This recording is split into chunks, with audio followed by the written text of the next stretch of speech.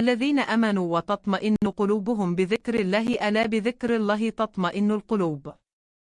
நேர்வழி பெறுவோர் அவர்கள் எத்தகையோரென்றால் அவர்கள் நம்பிக்கை கொண்டிருப்பார்கள், மேலும் அல்லாஹ்வை நினைவு கூர்வதால் அவர்களுடைய இதயங்கள் அமைதி பெறுகின்றன.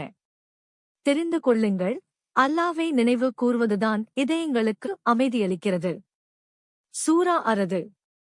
திருக்குரான் அத்தியாயம் 13 வசனம் 28. இந்த வசனம் மனித மனதின் நிம்மதிக்கு மிக முக்கியமான வழிகாட்டுதலை வழங்குகிறது. ஈமான், நம்பிக்கை, இறைவனிடம் முழுமையான நம்பிக்கை கொள்வது மனதின் அடித்தளத்தை பலப்படுத்துகிறது. திக்ரு, இறை நினைவு.